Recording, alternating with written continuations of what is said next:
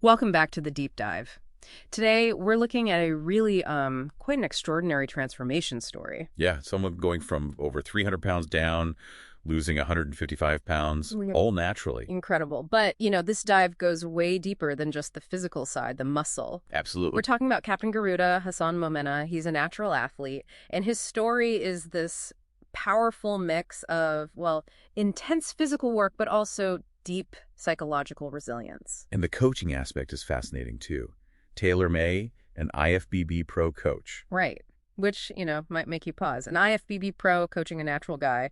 IFBB often means different divisions, maybe enhanced ones. Exactly. Seems like a contradiction. But it's actually this really synergistic performance-first approach. It kind of cuts through assumptions. Okay, so our mission here is to explore how this unique team-up, Captain Garuda's own philosophy, how it all weaves together hybrid training and, serious psychological strategies. To forge what we're calling a natural hero, it's quite the journey.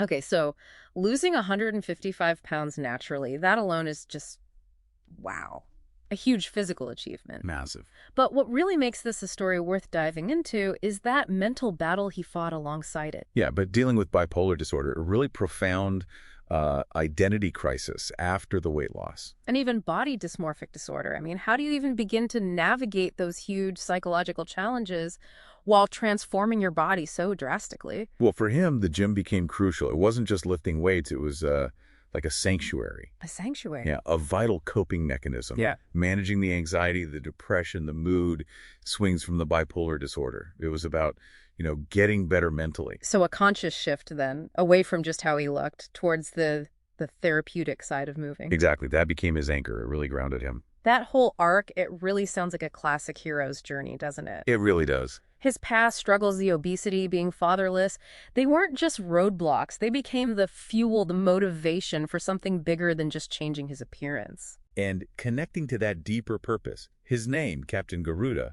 is so symbolic. Tell us about that, Garuda. It's a mythical Indonesian bird. Represents strength, unity, freedom, redemption. It reflects how he felt, like gaining symbolic wings after shedding those physical and mental burdens. Wow. And there's that story he tells about an Indonesian baker giving bread. Oh yeah, that's deeply personal.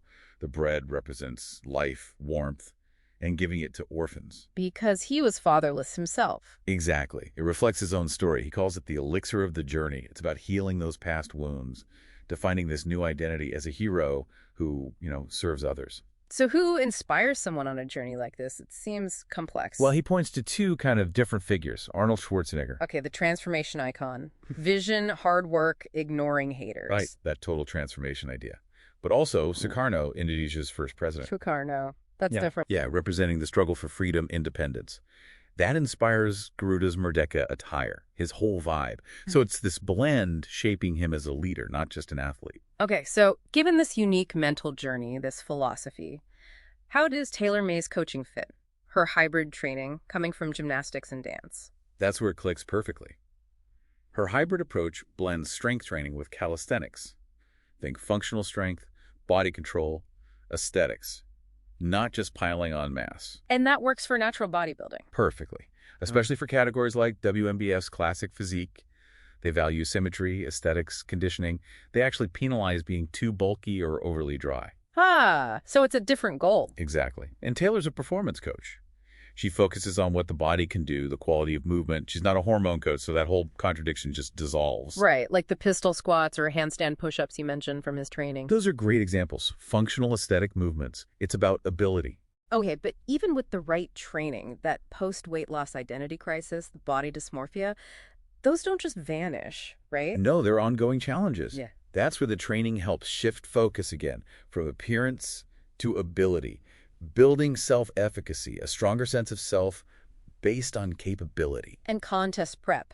That must be incredibly stressful mentally, especially with bipolar disorder. Peak week sounds like a pressure cooker. Oh, immense stress. That's where self-awareness, mindfulness, they give him absolutely critical tools. To manage the mood swings, prevent that post-show crash. Precisely. It's a constant active mental game. You have to be vigilant. So what keeps him going? What prevents relapse and sustains this long-term against all that? It comes back to that deeper purpose. His mission, being a natural hero, an author, a coach, and his support system, Right, his network. especially his wife. He calls her his biggest hero. Those foundations are key for making this last way beyond just one competition.